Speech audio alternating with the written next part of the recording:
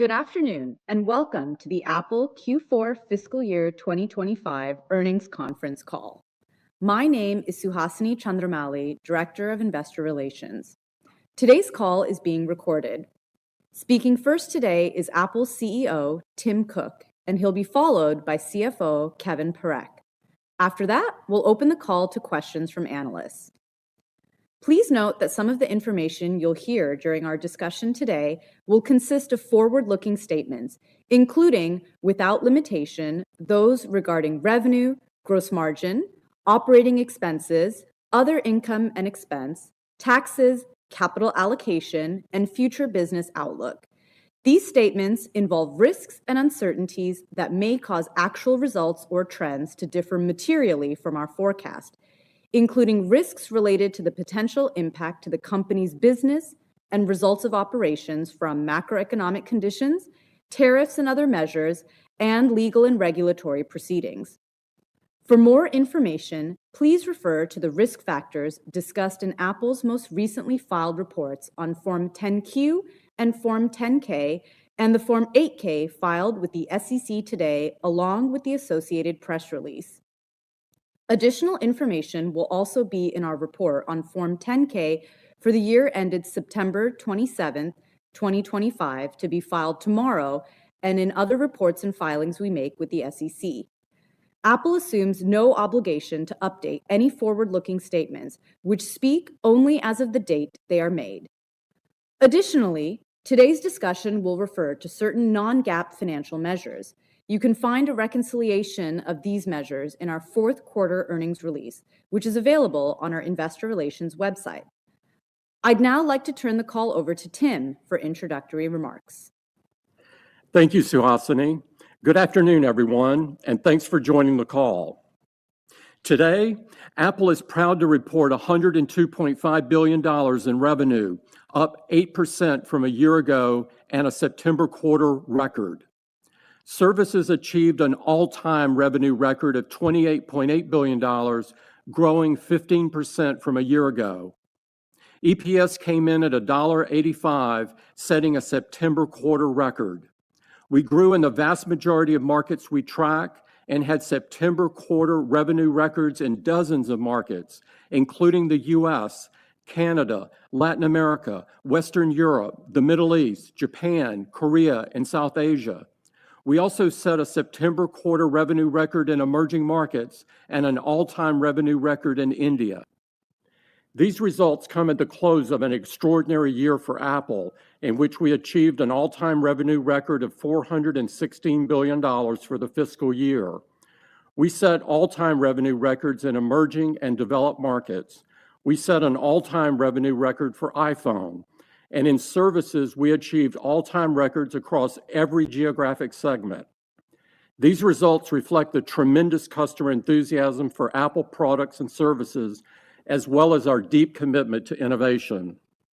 We are incredibly excited about the strength we're seeing across our products and services, and we expect the December quarter's revenue to be the best ever for the company and the best ever for iPhone.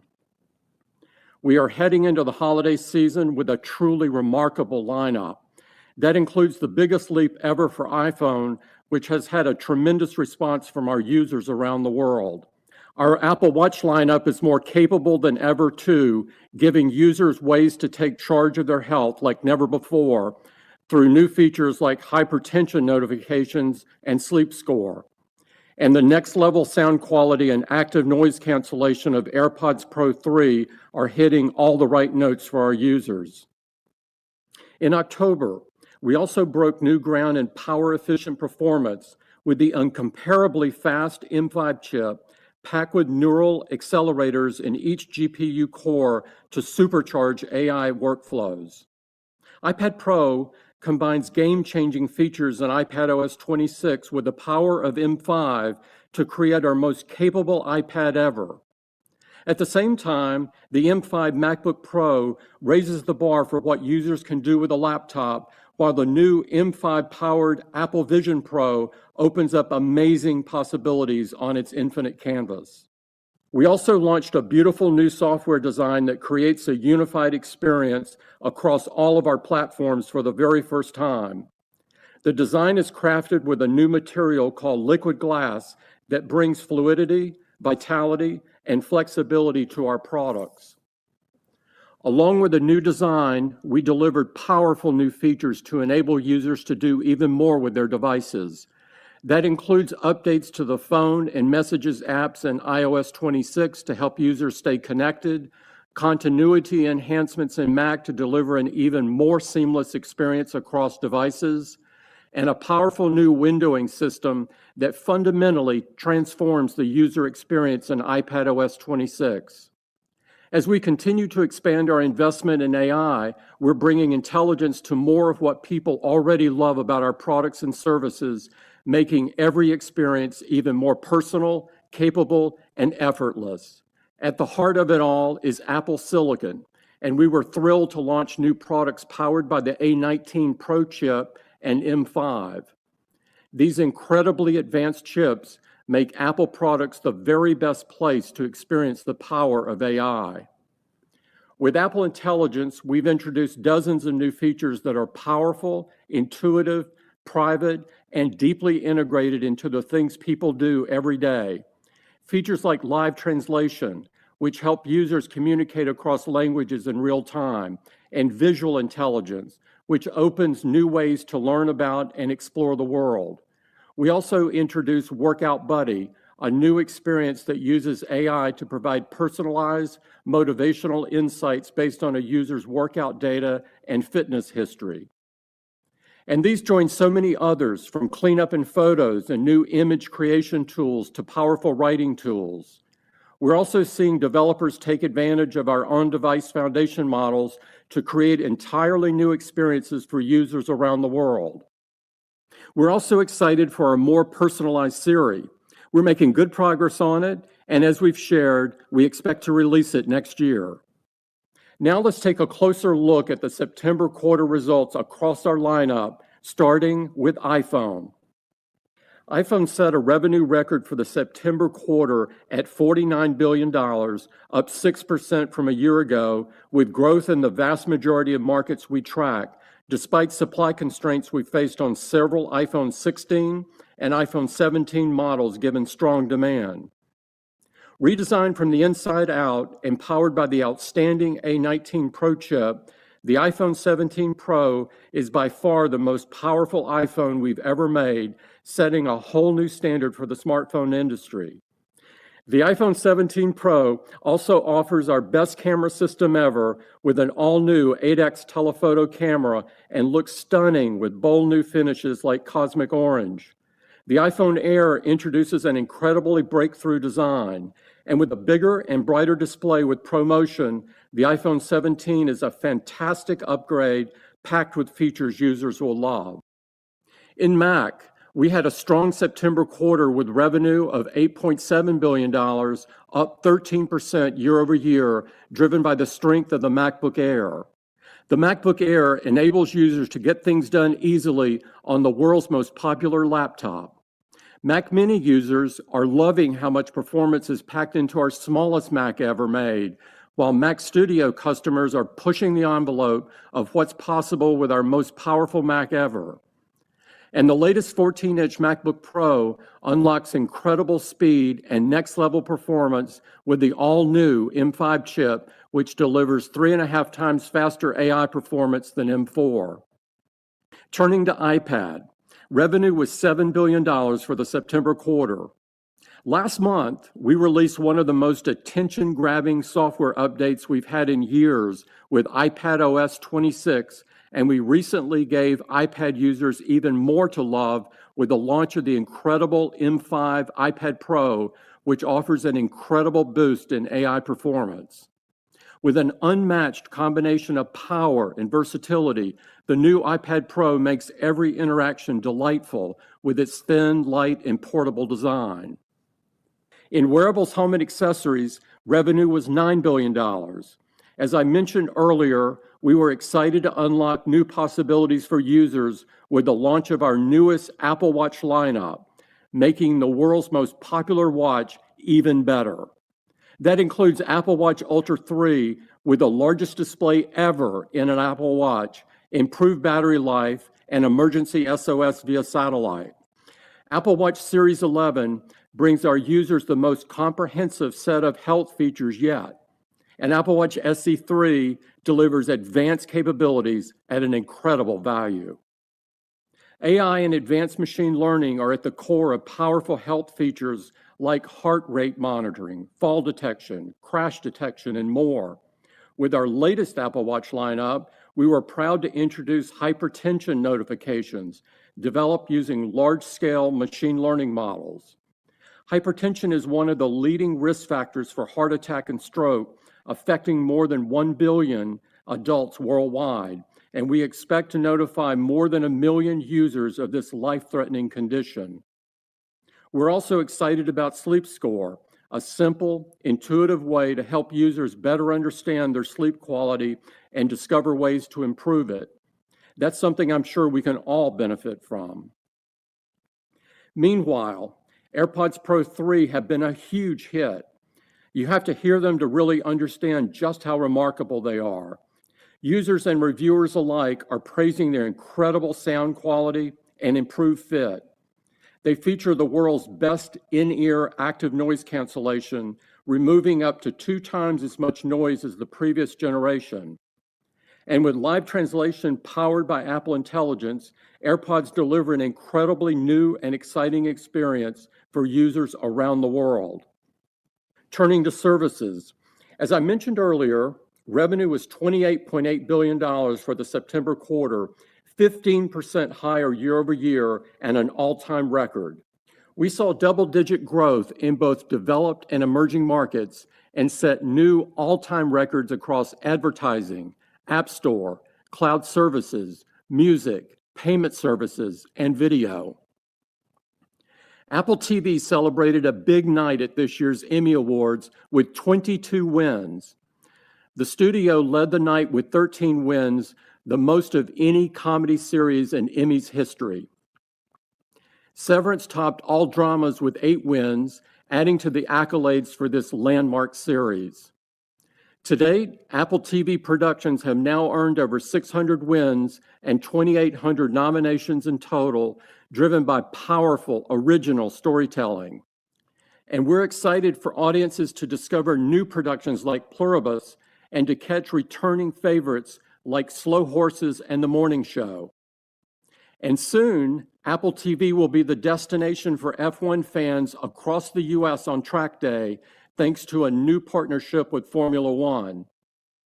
F1 is one of the most exciting and fastest growing sports in the world, and starting next year, Apple TV will be the place for subscribers to follow every twist and turn of the new season. And in addition, F1 the movie, one of the year's biggest blockbusters, will be coming to Apple TV on December 12th. During the September quarter, we also marked the 10-year anniversary of Apple News. Apple News provides access to front-page news from all around the world, putting hundreds of publications right at users' fingertips. Turning to retail, we're heading into our busiest time of year with our best ever lineup. In the last few months, we've opened new stores in emerging markets like India and the UAE, and new locations in the US and China. I was also in Tokyo last month for the opening of the redesigned and reimagined Apple Ginza store, and the energy among the crowd was truly remarkable. When it originally opened, it was our first store outside the United States, and so it was especially meaningful to come back to welcome customers to the beautiful new space.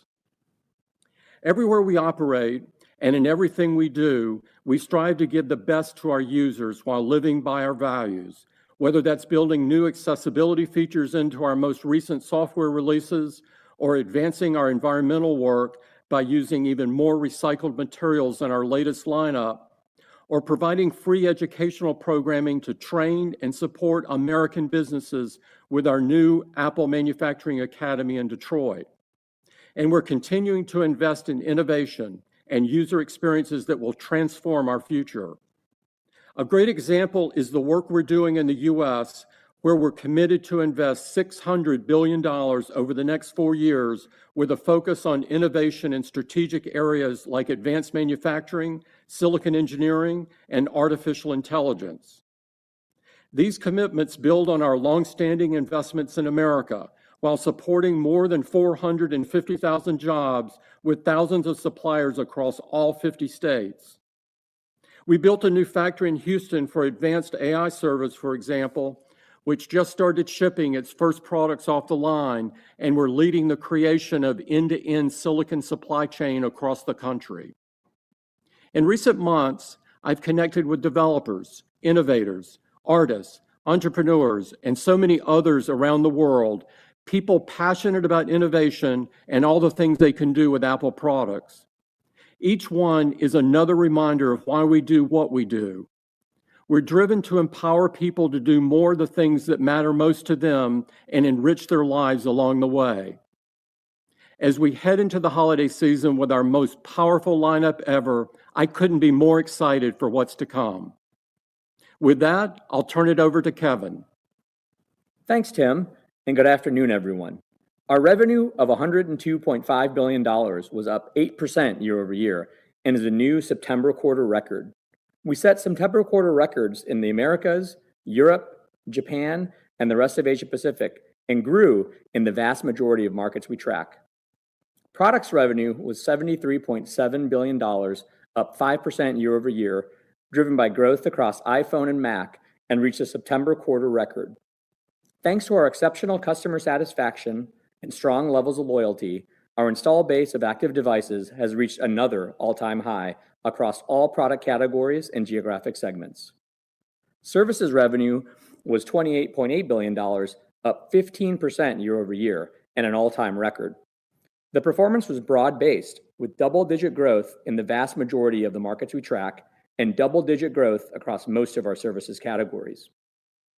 Company gross margin was 47.2%, above the high end of our guidance range and up 70 basis points sequentially, driven by favorable mix. This includes approximately $1.1 billion of tariff-related costs, which is in line with what we had estimated on our last call. Products gross margin was 36.2%, up 170 basis points sequentially, driven by favorable mix. Services gross margin was 75.3%, down 30 basis points sequentially. Operating expenses landed at $15.9 billion, up 11% year over year, driven by increased investment in R&D. These strong levels of business performance led to September quarter records for both net income and diluted earnings per share. Net income was $27.5 billion, and diluted earnings per share was $1.85, up 13% year over year on an adjusted basis, excluding the one-time charge we recognized during the fourth quarter of 2024. Operating cash flow was also a September quarter record at $29.7 billion. Now, I'm going to provide some more details for each of our revenue categories. iPhone revenue was $49 billion, up 6% year over year, driven by the iPhone 16 family. iPhone grew in the vast majority of the markets we track, with September quarter records in many emerging markets, including Latin America, the Middle East, and South Asia, and an all-time record in India. The iPhone active install base grew to an all-time high, and we set a September quarter record for upgraders. According to the recent survey from World Panel, iPhone was a top-selling model in the US, urban China, the UK, France, Australia, and Japan. We continue to see very high levels of customer satisfaction in the US at 98%, as measured by 451 Research. Mac revenue was $8.7 billion, up 13% year over year, driven by MacBook Air. We grew in every geographic segment with strong double-digit growth in emerging markets. The Mac install base reached another all-time high, with nearly half of customers who purchased a Mac being new to the product. And the latest customer satisfaction for Mac in the US was reported at 96%. iPad revenue was $7 billion, flat year over year. Keep in mind, we faced a difficult compare against the full quarter impact of the iPad Air and iPad Pro launch from last year, offset by the better-than-expected performance on the iPad. The install base reached an all-time high with a September quarter record for upgraders, and over half of the customers who purchased an iPad during the quarter were new to the product. Based on the latest reports from 451 Research, customer satisfaction was 98% in the US. Wearables, home, and accessories revenue was $9 billion, flat year over year. This was driven by growth on Watch and AirPods, offset by accessories, which was impacted by strong performance in the year-ago quarter, driven by the iPad launches. Both the Apple Watch and AirPods install bases reached new all-time highs. Over half of the customers purchasing an Apple Watch during the quarter were new to the product, and we also set a September record for upgraders on Apple Watch. And in the US, customer satisfaction was recently measured at 95%. Our services revenue reached an all-time high of $28.8 billion, up 15% year over year. We achieved all-time revenue records in the Americas, Europe, Japan, and rest of Asia Pacific, as well as a September quarter record in Greater China. The majority of categories saw a sequential acceleration, and as Tim mentioned, we set many all-time revenue records, including payment services, where we reached an all-time revenue record and saw a double-digit growth year over year on Apple Pay active users. This strong momentum in the September quarter drove our total fiscal year services revenue to surpass $100 billion, up 14% year over year, and our best ever. The growth of our install base of active devices continues to offer us great opportunities for the future. Customer engagement across our services offerings also continued to grow. Both transacting and paid accounts reached new all-time highs. And we continue to improve the quality and expand the reach of our services offerings. From additional markets for Apple Pay, now available in nearly 90 countries, to Apple Care One, a great new way to cover multiple Apple products in a single plan. Turning to enterprise, we are seeing an adoption of Apple products accelerate across industries to improve productivity and drive innovation. The BMW Group has been deploying tens of thousands of iPhones, including to factory employees, to further strengthen its digital capabilities and advanced innovation at the company. Capital One has expanded its Mac Choice program by adding thousands more MacBook Airs across its workforce. In the Czech Republic, its largest bank, Česká spořitelna, continues to invest in the Apple ecosystem with over 5,000 iPhones in addition to its existing thousands of iPads and Macs. And Purdue University has launched a spatial computing hub built around Vision Pro, designed to help prepare students to lead the next wave of innovation in critical industries like semiconductor and pharmaceutical manufacturing. Let's turn to our cash position and capital return program. We ended the quarter with $132 billion in cash and marketable securities. We had $1.3 billion of debt maturities and decreased commercial paper by $1.9 billion, resulting in $99 billion in total debt. Therefore, at the end of the quarter, net cash was $34 billion. During the quarter, we returned $24 billion to shareholders. This included $3.9 billion in dividends and equivalents, and $20 billion through open market repurchases of 89 million Apple shares. Taking a step back, we are very pleased with our record fiscal year 2025 results. As Tim mentioned, total company revenue for the year was $416 billion, with growth in iPhone, Mac, iPad, and services, and all-time records in the vast majority of markets we track. This revenue performance led to very strong full-year operating results, with all-time records for net income and for diluted EPS, which grew double digits year over year on an adjusted basis. As we move ahead into the December quarter, I'd like to review our outlook, which includes the types of forward-looking information Suhasini referred to.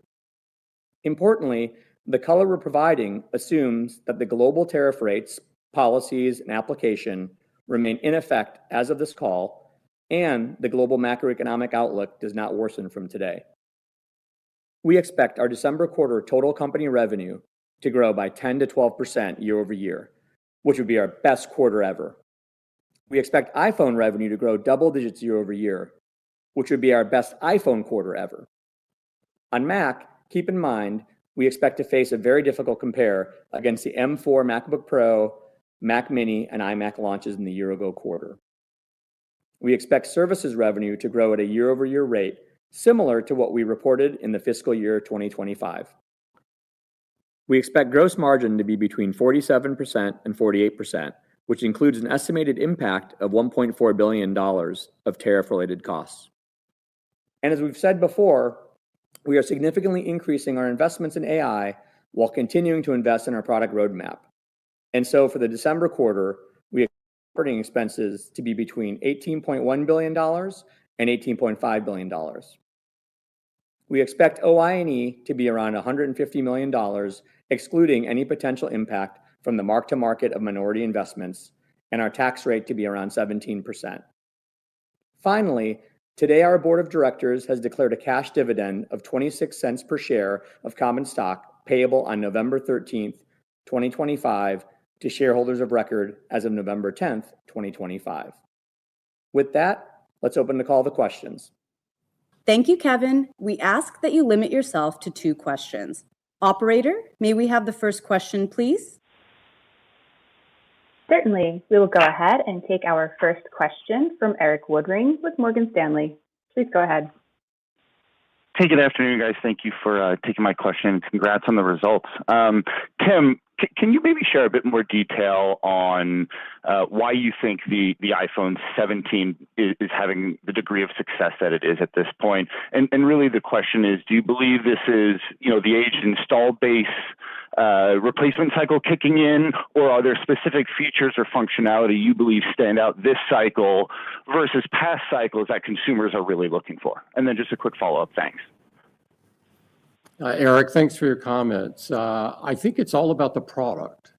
The product lineup is incredibly strong. Our strongest ever. The 17 Pro is the most pro phone we've ever done. It's incredible, and the design sings. The iPhone Air feels so thin and so light in your hand, it feels like it's going to fly away. And then the 17 phone is an incredible value and takes several of the features that were reserved for Pro before and brings them down to the consumer lineup. So overall, strongest iPhone lineup ever, and it's resonating around the world. Great, thank you, Tim. And maybe a follow-up for you, Kevin. Can you maybe just discuss your approach to managing component cost inflation during this time? You're obviously increasing the memory content in your devices quite substantially. At the same time, memory prices are going through some pretty significant inflation. So just how are you managing through this cycle? Thanks so much, guys. Yeah, hey, Eric, thanks for the question. Look, as you know, we've got a pretty incredible world-class procurement team, and so we're constantly finding ways to continue to drive cost opportunities. Right now on the commodity side, I would say we're seeing, a slight tailwind on memory and storage prices, so nothing really to note there. And as we saw from our gross margin performance, we landed in a pretty good spot above the high end of the guidance range we provided at 47.2%. And then as well, we're guiding at 47 to 48%. So I think we're managing costs pretty well. As you'll recall, when we talk about this time in the cycle, we just launched a bunch of new products. Those new products do have a slightly higher cost structure than the products they replace, but the team does a very good job of focusing our efforts on getting those costs down over time, and we feel pretty good about the performance we're seeing right now overall on material cost savings. Great, thanks so much. Good luck, guys. All right. Thank you. Thanks, Eric. Operator, could we get the next question, please? Our next question is from Ben Reitzes with Melius Research. Please go ahead. Hey, guys. Thanks for this. Tim, can you talk a little bit about iPhone in China specifically? How is that going to trend in the December quarter? And have you turned the corner there? And how do you think that trajectory is going? And then I have a quick follow-up. Thanks. Yeah, Ben, I was just there. It's incredibly vibrant and dynamic. The store traffic is up significantly year over year. The iPhone 17 the family has been very well received there. We do believe that we'll return to growth in Q1, and that is largely based on the reception of the iPhone there. And so I couldn't be more pleased with how things are going there in the early going. All right, that's great. And then services, great upside there, a little surprising, right? We were a little worried about that one only a few quarters ago. I was wondering if there were any tax payments in there, or if the resolution that we saw with the antitrust ruling with one of your partners was a boost, and if that played a role, or if it was all really just organic outperformance with many of the things you mentioned. Thanks. Yeah, hey Ben, it's Kevin here. Let me try to answer that question. Just wanted to clarify, when you're referring to the antitrust piece, you're talking about the Google trial. Is that what you're referring to? Yeah, yes, sir. Okay. Yeah, there was no tax-related impact. And what I would say is our strong performance for the quarter is really organically driven. And again, just to reiterate, we had a all-time revenue record here for the quarter at 28.8 billion, and as well we surpassed 100 billion, so best year ever at 14% year on year. So that was all organic growth. As Tim outlined and I outlined in the prepared remarks, we saw a majority of the categories have sequential acceleration, and we had many all-time revenue records, but nothing abnormal at all. Really pretty much all organic growth. Thank you. Thanks, Ben. Operator, could we get the next question, please? Our next question is from Michael Ng. Please go ahead. Hi, good afternoon. Thank you for the question. I just have two as well. First, just to follow up on the last one, the services revenue growth, I think, was the fastest across many categories, and certainly the fastest in the last 2 years. I was just wondering if you could just unpack a little bit more of the drivers of the acceleration. Was there kind of cross-selling with the new iPhone launch?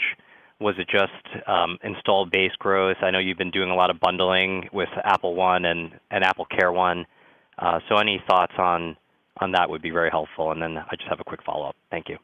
Hi, Michael. It's Kevin. Thanks for the question. Yeah, let me build on the answer there. I think that the way we look at it is not one thing to point to that would have driven, this higher performance. You're right that it is slightly higher than we've seen in the last few quarters. But as you know, our services portfolio is very broad, with a broad range of businesses, all that have different growth profiles and different performance characteristics. So those can, vary in any given quarter. I would say our strength, again, was very broad-based, both across categories and also geographically. So I wouldn't point to any particular, factor that drove any kind of outperformance at all. We were just very pleased to see that result. Great, thank you. And just on iPhone sell-through, I was wondering if you were seeing any notable shifts in trends between the sell-through coming from upgraders versus switchers. Is the U.S. carrier competitive dynamic helping at all in terms of promotional activity? And any thoughts on channel inventory? Thank you. Okay, we did set a September quarter record for upgraders, and so it was a great quarter from that point of view. It's really too early in the cycle on 17 to make any comments about upgraders or switchers. In terms of inventory, we ended the quarter toward the low end of the targeted range, obviously because we had constraints on several models of the 16 and the 17. And for complete transparency and clarity, we're constrained today on several models of the iPhone 17. There's not a ramp issue. It's just we have very strong demand, and we're working very hard to fulfill all the orders that we have. Great. Thank you, Tim. Thank you, Kevin. All right. Thanks, Mike. Operator, could we get the next question, please? Our next question is from Amit Daryanani with Evercore. Please go ahead. Yep, thanks a lot. I have two as well. I guess, Kevin, maybe just start with gross margins. Can you just walk through the expectations for December quarter? I think it implies up 30 basis points or so sequentially. Can you just talk about the puts and takes on gross margin, given you do have very sizable operating leverage in the quarter? So just maybe what are the puts and takes around that would be really helpful. Yeah, sure. Let me walk through the outlook. As we mentioned in our outlook, we're targeting a range of 47 to 48%. We take the midpoint of that range. at the 47.5. You said it's roughly 25 basis points, 30 basis points higher. Really, there's a lot of puts and takes. As I talked about earlier, this is a quarter we launched a lot of new products. Those new products tend to have a higher cost structure than the products they replace, so there's definitely a impact from the cost side of things, but that was more than offset by favorable mix, especially on the product side, as well as you outlined, we typically see higher leverage in this quarter. So I would say those are the two big drivers, and so the sequential increase is really going to be driven by favorable mix, and particularly from the product side. Got it. And then, if I just go back to the China discussion for a minute, the performance in China, at least in September quarter, was a bit muted. Could you just talk about what resulted in the weakness over there, and do you think it was a bit more of a pause, given iPhone Air, for example, I don't think it was available until a few weeks ago. So just talk about what drove the weakness in September, and is the uptick or better expectations for December there just from the iPhone Air coming out, or are there other factors as well? Thank you. Yeah, the Greater China revenue was down 4% in the year-over-year in the September quarter. It was driven by iPhone, and if you look at the iPhone, the majority of the sequential year-over-year change was due to supply constraints that I mentioned earlier.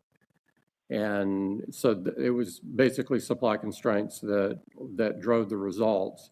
We're thrilled with what we're seeing right now, with traffic being up significantly year over year and the reception of the 17 family. We expect to return to growth this quarter.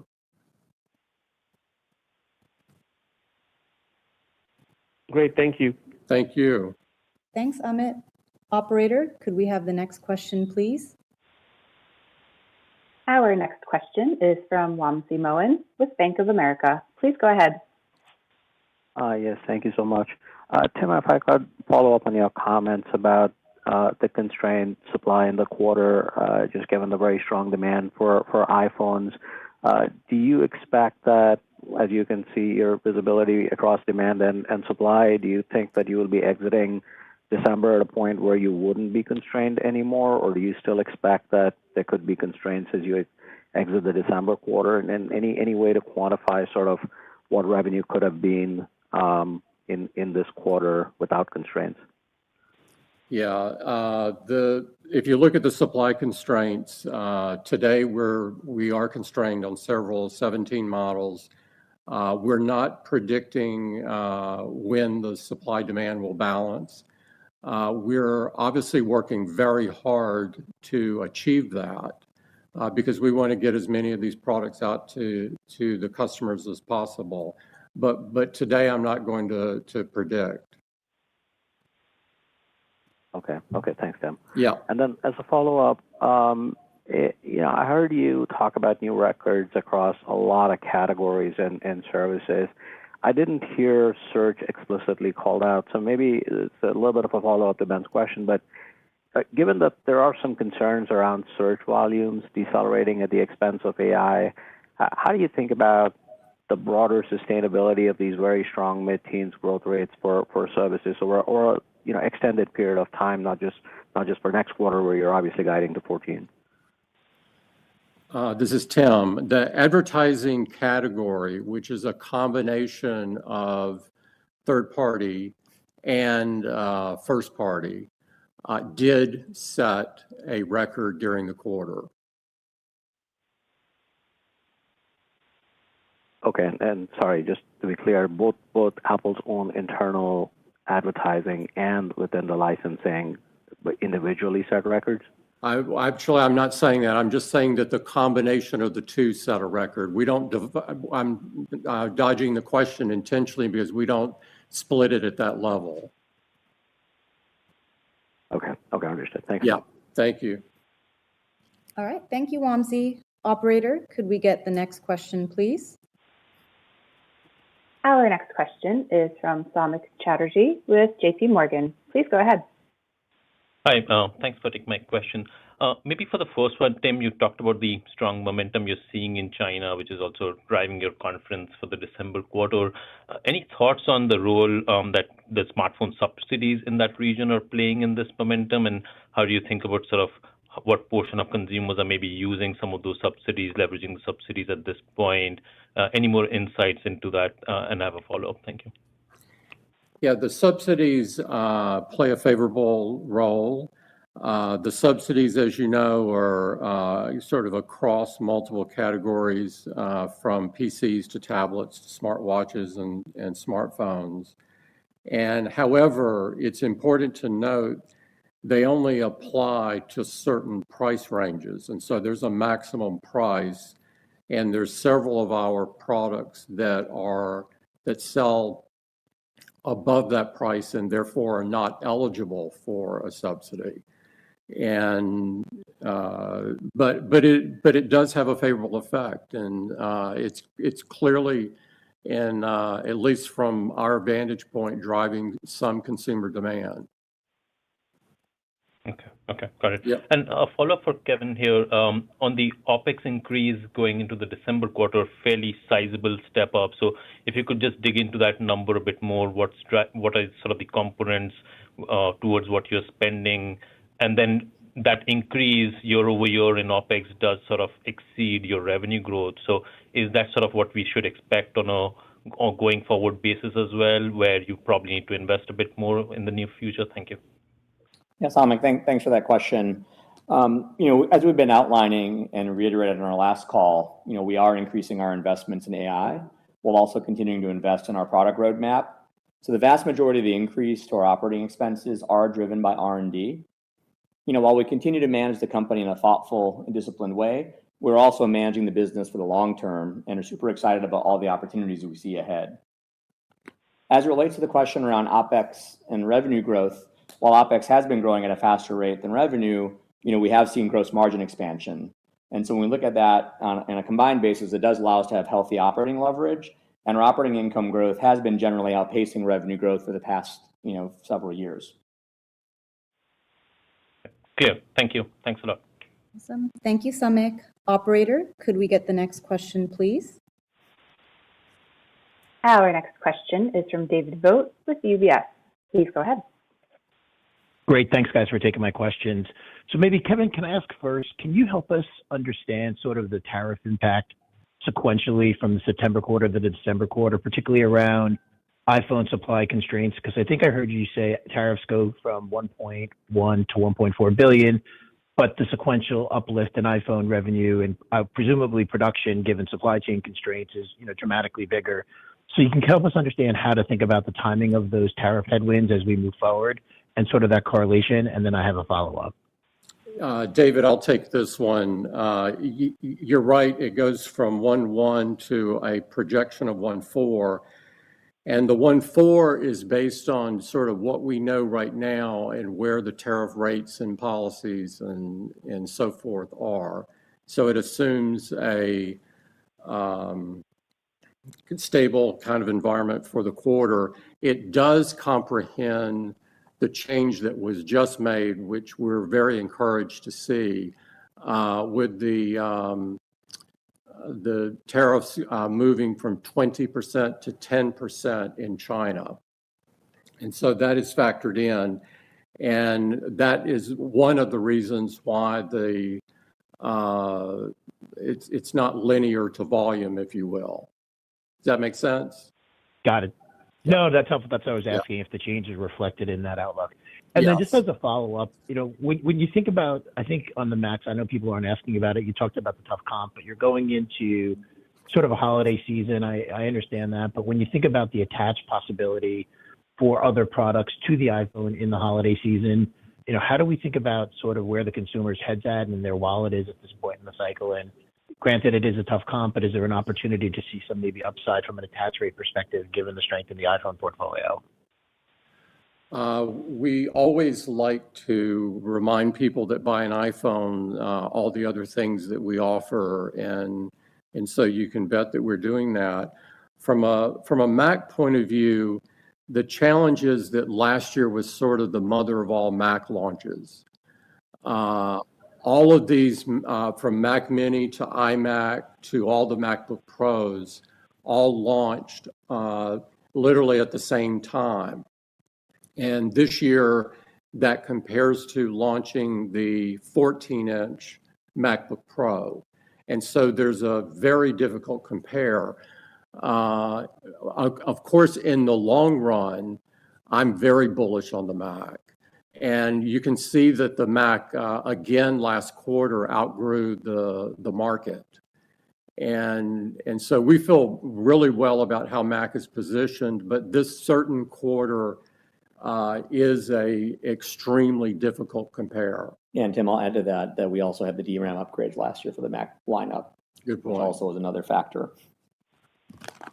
Great. Thanks, Tim. Thanks, Kevin. Yeah. Sure. Awesome. Thank you, David. Operator, could we get the next question, please? Our next question is from Krish Sankar with TD Cowen. Please go ahead. Yeah, thanks for taking my question. My first one is on the iPhone constraints. Is there a way to quantify how much business you left on the table because of those constraints? And is the different iPhone manufacturing from two different regions contributing to the constraint? And then I have a follow-up for you. To be clear, the constraint was not related to manufacturing capacity per se. It was that we called the number of iPhone 16s that we were going to make and were a bit short of where the demand really was. So we could have sold more. We're not publicly, at least, estimating the extent of that. And then on iPhone 17 family, the demand is very strong. And so we obviously came out of the Q4 timeframe with lots of back orders. Got it. Thanks for that, Tim. And then a quick follow-up. Given like the prevalence of chatbots and now some of these AI-infused web services, do you think that could change the consumer behavior on mobile app ecosystems? Or are you seeing any of that? And would that have any impact on your app store? I think there are opportunities on the App Store with artificial intelligence. And so I think, as we have made our on-device models available for developers, and we've seen developers begin to adopt them. And so I think as that proliferates, there's an opportunity for developers and for Apple to benefit from that, from adding features to their apps and so forth. Thanks a lot, Tim. Appreciate it. Thank you. Thanks, Krish. Operator, could we get the next question, please? Our next question is from Aaron Rakers with Wells Fargo. Please go ahead.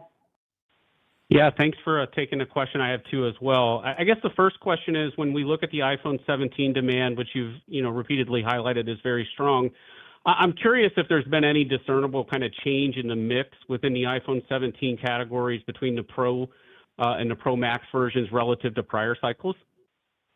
It's really too early to call the mix, to be honest, and we don't like to publicly disclose that because of for competitive reasons. But frankly, we don't really know what the mix will be yet because we have constraints on both sides of the ledger, at the top and at the entry. And so we'll see what happens as we get more supply. Yep. And then as a quick follow-up, I'm curious, as we kind of work through kind of the AI narrative that continues to build, could you provide any kind of updated thoughts around the build out of Apple's private compute cloud and how we should think about that kind of as we look forward? Yeah, we're obviously using PCC, our private cloud compute, today for a number of queries for Siri. And we will continue to build it out. In fact, the manufacturing plant that makes the servers used for Apple Intelligence just started manufacturing in Houston a few weeks ago, and we've got a ramp plan there for use in our data centers, and it's robust. Yeah, and Aaron, I'll add maybe there too, since you asked the question about private cloud compute, that we in 25 we did have CapEx costs associated with building out our private cloud compute environment in our first party data centers. So you would have seen that in some of the CapEx investment in the year. Thank you. All right. Thank you. Thanks, Aaron. Operator, could we get the next question, please? Our next question is from Atif Malik with Citi. Please go ahead. Hi, thank you for taking my questions and great execution. The first question is on iPhone Air. Does the consumer reception on iPhone Air gives you a feel on perhaps the foldable phone market, or are the two form factors very different? I'm not sure that that one is a proxy for the other. The thing that I would say is that where we don't get into the model kind of demand, at the aggregate level, we are thrilled with how iPhone has been received, and that's the reason that we're expecting double-digit growth in the current quarter. Great. And Tim, as a follow-up, good to know that the personalized Siri is making a good progress and on track for next year. Will you continue to use a three-pronged approach with your own foundation models and partner with other LLM providers and then maybe potential M&A, or is one strategy more emphasized over another? We're obviously creating Apple Foundation models within Apple. We ship them on device and use them in the private cloud compute as well. And we've got several in development. And so we also, from a continually to surveil the market on M&A and are open to pursuing M&A if we think that it will advance our roadmap. Thank you. Yep, thank you. Thanks, Atif. Operator, can we get our last question, please? Our last question is from Richard Kramer with Arete Research. Please go ahead. Thank you very much. Tim, we've often seen Apple be a fast follower with iPhone and new technology, whether large displays or 4G or 5G. But with all the hype now around AI, are you seeing evidence that AI capabilities or features are a material purchase consideration for consumers, or are the record sales levels you're reporting simply reflecting other factors like the retention of your iOS base? I think that there are many factors that influence people's purchasing considerations. And so, we don't have a great in-depth survey yet on the current iPhone 17 because it's very new in the cycle, and we give it some time to formulate. But I would say that Apple Intelligence is a factor. And, we're very bullish on it becoming a greater factor. And so that's the way that we look at it. Okay, thanks. And then one for Kevin. In the wake of nearly every other large tech company massively increasing their CapEx in advance of AI demand and also mentioning that there's scarce capacity, do you anticipate Apple altering its sort of long-standing hybrid approach to your own and third-party data centers? And maybe can you talk a little bit about the role you see for Apple Silicon with the new M5 series of chipsets? Yeah, hi, Richard. Thanks for the question. In general, I think as we've talked about before, we are expecting increases in our CapEx spending related to AI investments. For example, as I mentioned earlier, we did end up having investments this year to build out our private cloud compute environment. And we do believe this hybrid model has served us very well, and we continue to want to leverage it. And so I don't see us moving away from this hybrid model where we leverage both first-party capacity as well as leverage third-party capacity. We'll continue to want to build out private cloud compute, as Tim outlined, as we have more usage there over time. But I think in general, we'll want to continue to have this hybrid model. Okay, thanks. Thanks, Richard. A replay of today's call will be available for 2 weeks on Apple Podcasts, as a webcast on apple.com/investor and via telephone. The number for the telephone replay is 866-583-1035. Please enter confirmation